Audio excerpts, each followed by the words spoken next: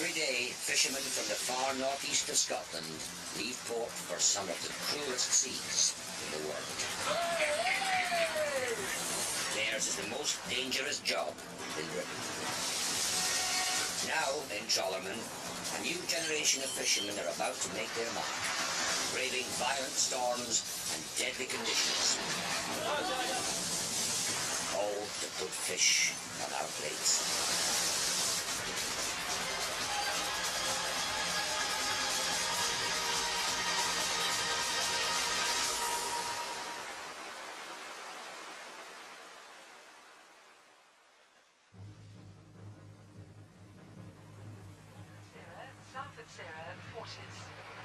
North 7 to severe gale 9. Alone, and 80 miles from land, the smallest boat in Fraserburgh's prawn fleet has been trawling all night into a force 8 gale. Now, the new Dawn has suddenly lost power. She's in danger of tangling with her own nets. I've lost about 300 and 400 revs. 23-year-old Chas Bruce, the youngest skipper in the fleet, has risked northerly gales to be the only prawn boat fishing this far into the North Sea. It's a gamble that may have taken him out of his depth. Right now I haven't got a clue.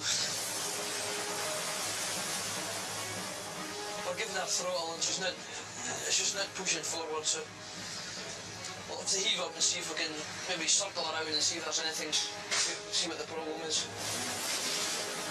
The new Dawn is barely responding to the helm. Wind speeds are rising to 45 miles an hour. She's got 2 tons of nets dragging 450 feet down on the seabed. She's at the mercy of the elements.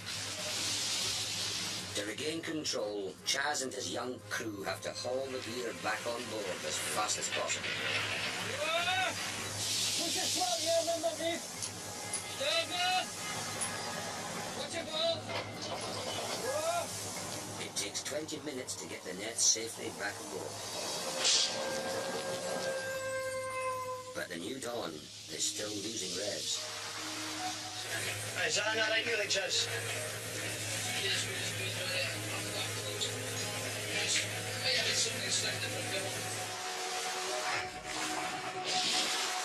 As soon as the storm passes, the crew take the first opportunity to investigate the power loss. Okay. They use the film crew's underwater camera to check New Dawn's propeller.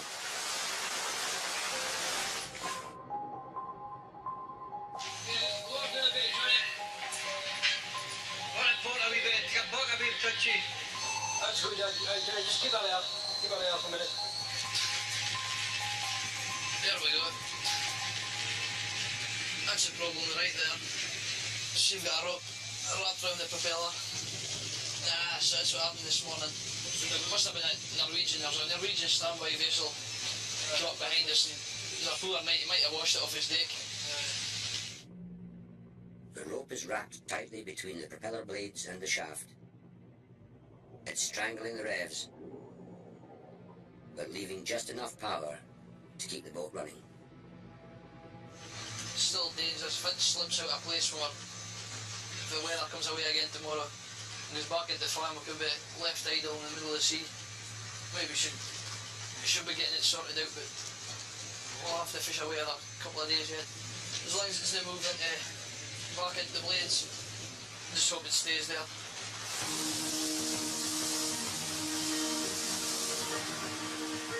Chas is trusting to luck that the propeller won't seize up completely and leave him stranded out in the North Sea. But after a fortnight's poor fishing, his luck is in short supply.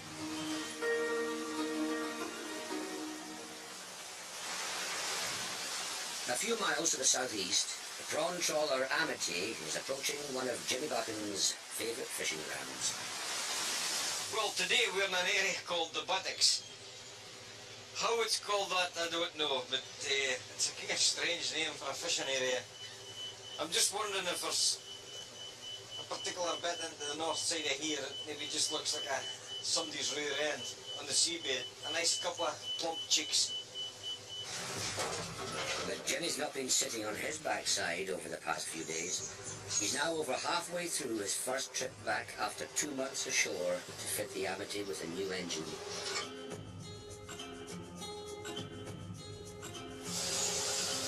He's finding it a hard slog.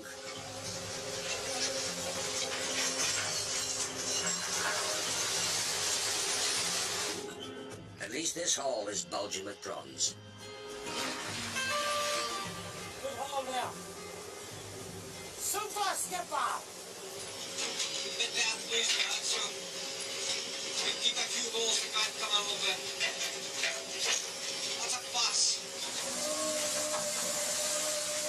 The Amity's next net is just as good.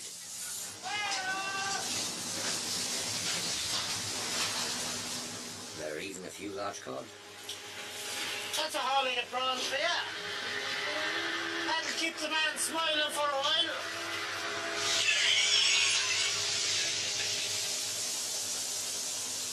That's the kind of prawns we're after. These kind of lads. Want to see more of these and less of these. We're not wanting these lads. These are the boys we're after.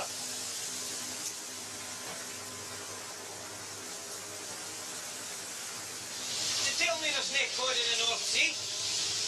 That fella wasn't born yesterday.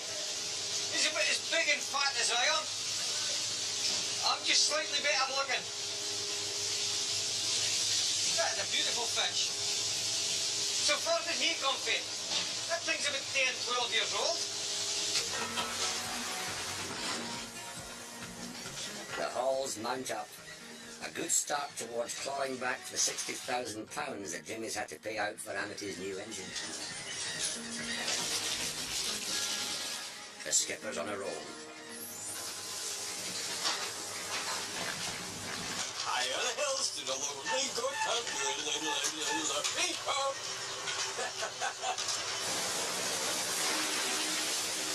On the new dawn, the rope is still wrapped around the propeller, but they're fishing through the night. Chaz is gambling that the prawns haven't gone to bed. I just hope it's not too much fish, because we're not allowed to land so much fish in the amount of prawns. Mind you, I've been glad to see anything just now.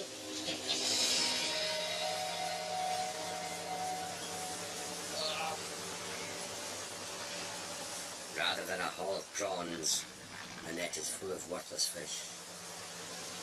Something here, but I think they're a bit too small, the fish. We'll just have to throw them back, I think. The next catch is no better. Rubbish. It's been a terrible week for the fleet's youngest skipper. It's not for the long of trying anyway. He's run every risk to stay in the game. Gale force winds, a crippled propeller, and poor fishing. But his determination to find the prawns is even stronger.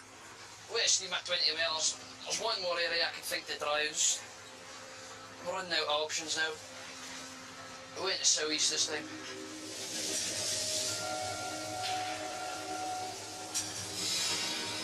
But with the rope still wrapped around the propeller and yet more bad weather forecast, Chaz's dogged pursuit of prawns can only last so long.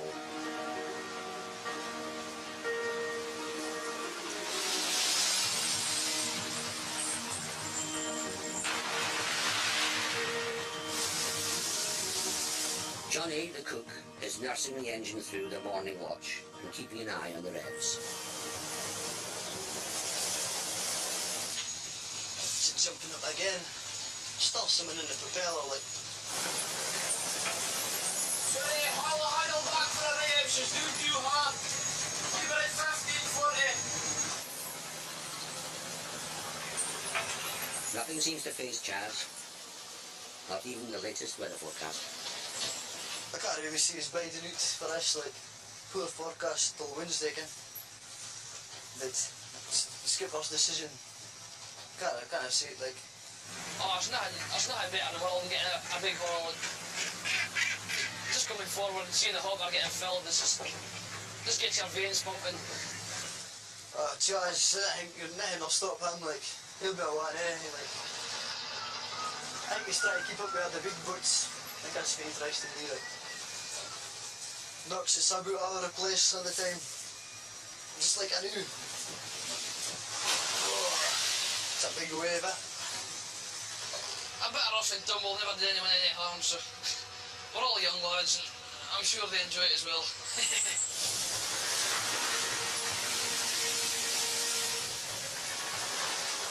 Chaz is hoping that the enthusiasm of youth will last out until their luck changes.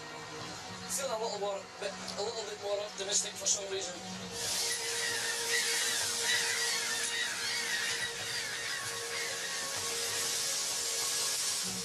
Will Chaz's optimism be enough to turn the New Dawn's fortunes around?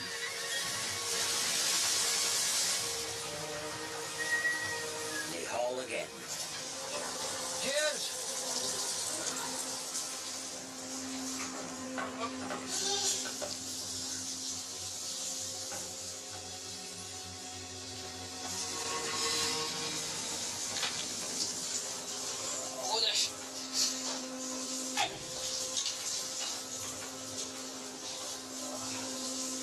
Call it fishing and not catching.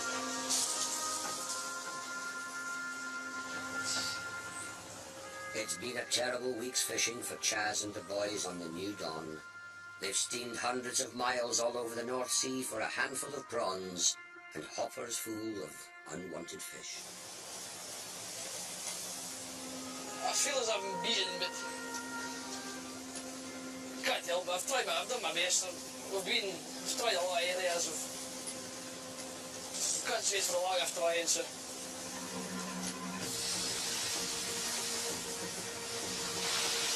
Of the Amity, Jim is having no problems finding prawns. He's got 30 years' experience to give him an edge.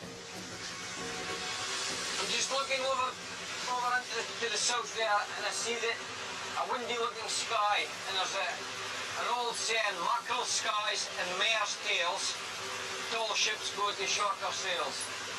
So the sky is very, very mackerel looking with long streaks, mare's tails.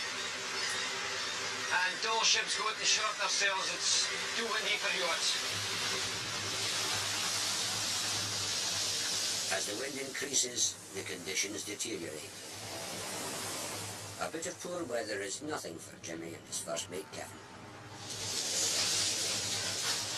It's blowing 28, 30 knots, westerly wind. Just a small dip in the sea, nothing serious. But I'm running ashore for bad weather this week.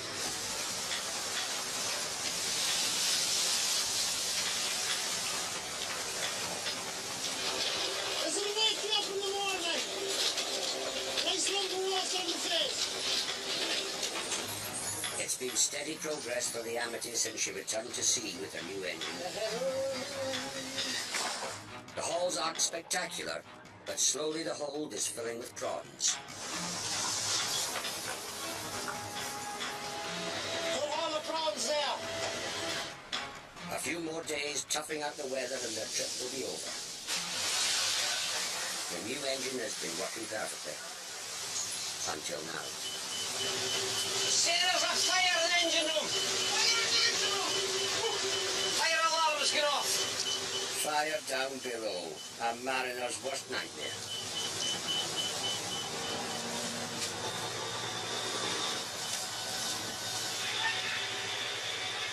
The fire alarm was tripped by a burst cooling pipe.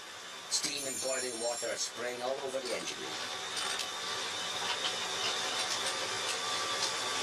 It's a good job. There's fire alarms and bilge alarms aboard boats nowadays. Because when Jimmy showed from the wheelhouse and I ran down to the engine room, there was a pipe busted. And if that got into the electrics and a fire started, you're in a serious trouble. So we just started to shoot there, and it was a fire alarm went off in the engine room. So I sent Kevin down, thinking it was a malfunction. When he went down, the engine room was full of steam, and we've sheared the bolts off with, looks like we've sheared the bolts off with fresh water cooling off the engine. Jimmy and his crew head off disaster through their quick actions. It's just another day on Britain's most dangerous job. Chaz has not been so lucky. The New Dawn is limping back to port with a rope wrapped round her propeller and no prawns to pay her crew. Waste of time. Hell day wasted for nothing. It's a bit of a disaster, really. But never mind, we'll get out and we'll get them next week. But on the upside, I've got something to cheer me up. I'm sure it will, for a while.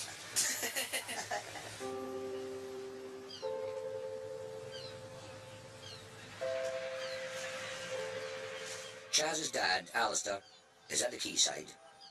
The rope incident is more serious than they had thought. It's caused vibrations in the prop shaft, and the New Dawn has to come completely out of the water. There's nothing else to do but go in a slip and get it repaired. You think you've wasted time, but prevention's better than cure. You're better getting sorted before you do more damage. Okay? So we'll get back out there and the prawns better watch themselves. I'm going for double pay for last week's fuel as well.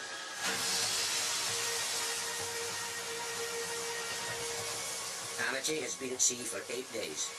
Come on the pump up there, lads! After a slow start, the boxes of prawns are mounting up.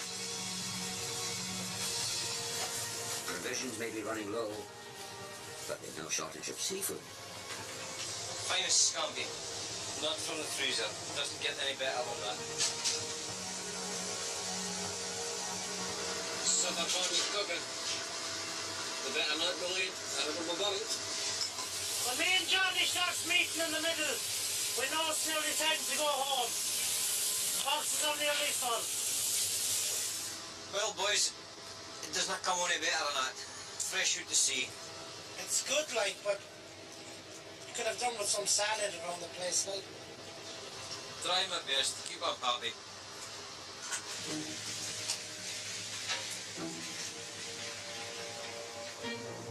As for the fish they are not eating, there are 300 boxes in Amity's hold, destined for markets all over Europe.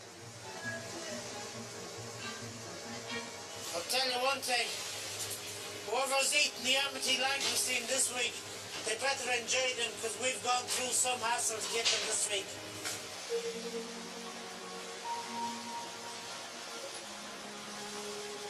For her 9-day trip, Amity will make close to £25,000 at market. Over half of this goes on fuel, running costs and paying for the new engine. The rest is split between skipper and crew. I've got to say, first trip back after a major reef hit, to be at the end of the trip, we're still fishing, everything's still working.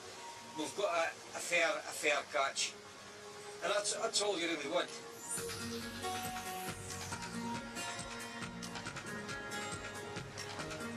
Jimmy hasn't found it easy back at sea.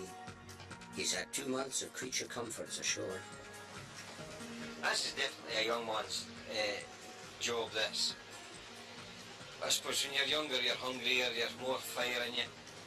I mean, there's fishermen will go until they're 70, 75, but when will I go?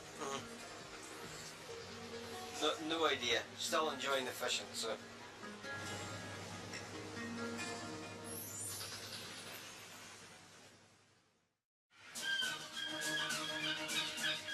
The New Dawn is also back in the hunt.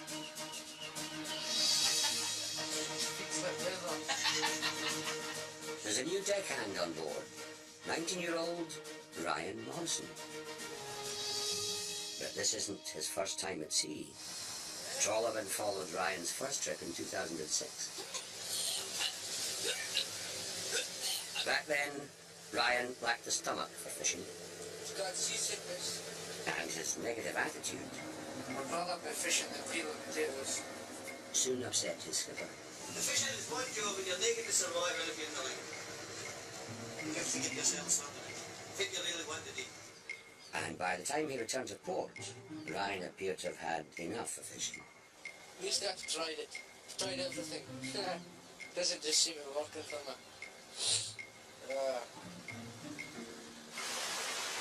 Chaz has given him a chance to redeem himself. And I didn't really enjoy it the first time, but then I went back and I've actually started to enjoy it. I think it's maybe just since a younger crew and there's a lot more atmosphere and everybody's just laughing, there's no shouting and screaming. And I've got into it, I actually quite like it. I still get seasickness, but just for a day. When we're going out the harbour, I feel a bit squeamish, so I just go down to my bed and lie down. And I usually feel a lot better when I get up. The New Dawn's last trip was a washout. This time, Chaz has decided to play safe and follow the crowd in his hunt for the elusive prawns. There's a lot of boats here at the moment. Probably about 20 or so boats, so I hope we're not all wrong. It's usually a good sight. It's a fast haul for everyone, so there's no chance we'd all be wrong, but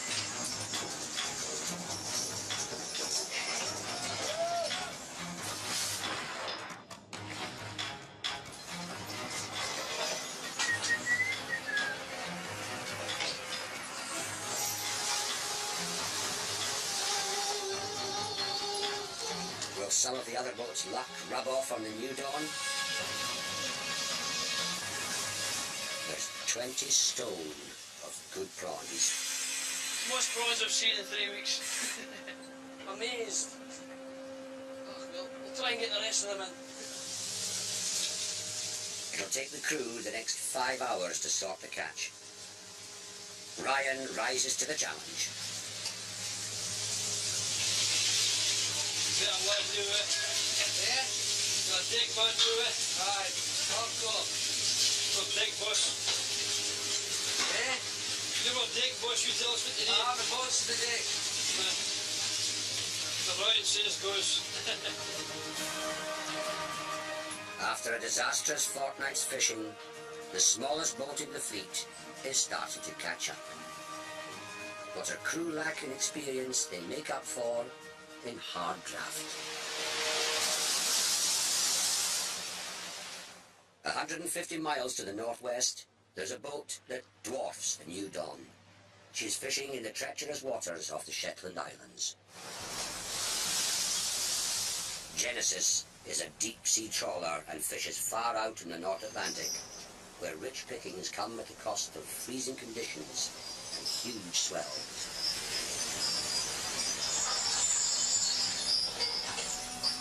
In these deadly waters, the man responsible for the survival of everyone on board is skipper Alan Watt. But sometimes if you get a bigger one, it will just take your whole body away, it'll just wash the whole man away. And then once he's washed away, isn't a clue where he's at.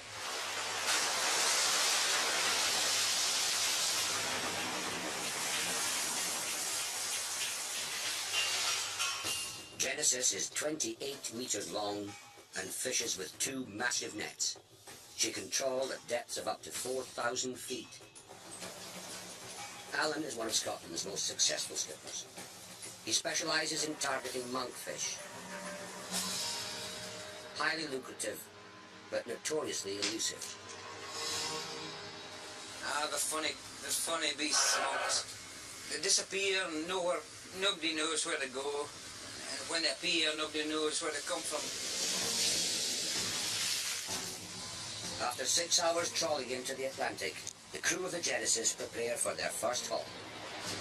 Okie dokie, ladies, rise and shine. Okay, boys, wait a haul. It's a beautiful day. You know it's...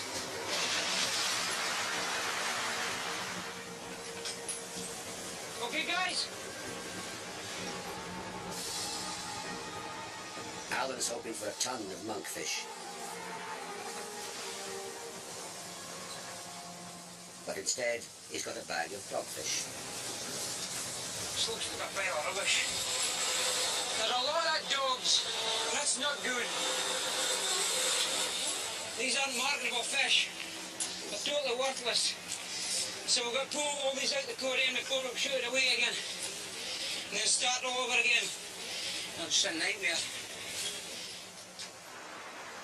Back in the North Sea, just when New Dawn's luck seems to have turned, it deserts her once again. The boat is fishing with 2 nets in tandem, but they can't retrieve one of them. It's caught up on the seabed. We've picked up a big weight, time of haul, and it looks like on a way to losing it. Being stuck hard and fast leaves Chaz with a terrible dilemma. He must either cut away his £6,000 net or compromise the safety of his boat trying to rescue it.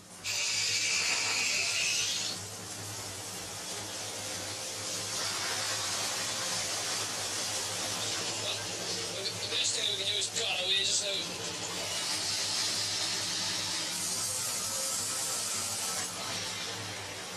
There's thousands of pounds away we're throwing into the sea.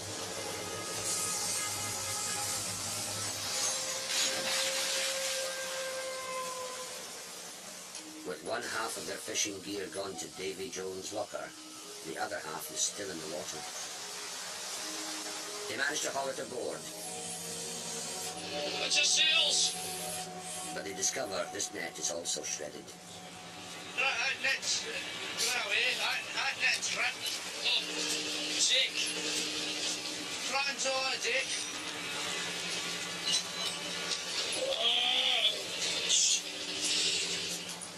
The crew rush to save hundreds of pounds worth of prawns from being scuppered. More prawns there than I thought. It's not to happen to me. Another kick in the balls. Get it with 10 times easier putting it in the water. But I'm on that net already to shoot. With his best gear abandoned on the seabed, Chaz uses his spare net to get fishing again as fast as possible. That net's in all right! Disaster.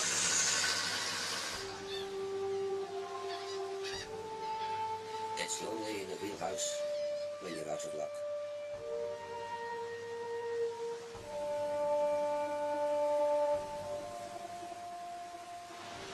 But a good trawlerman never gives up. Will a new day bring new luck to the new dawn?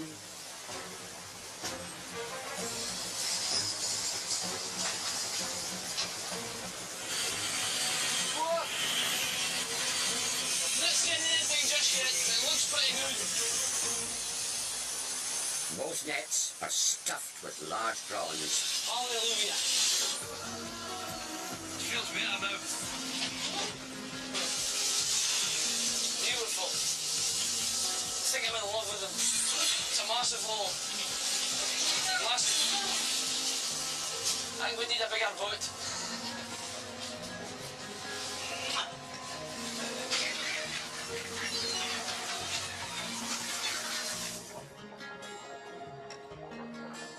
That's a major. And to top it all, Brian has found his sea legs. You get a good haul, everybody starts to cheer up. Next time on Trawlermen, Right, guys. Alan Watt lands a massive monkfish. He's a big lad. Hold the thing up, boys. All your strength. Chaz trashes another net. Oh, for sake. And meet the man with the most dangerous fishing job of all. This is what crabbing's about.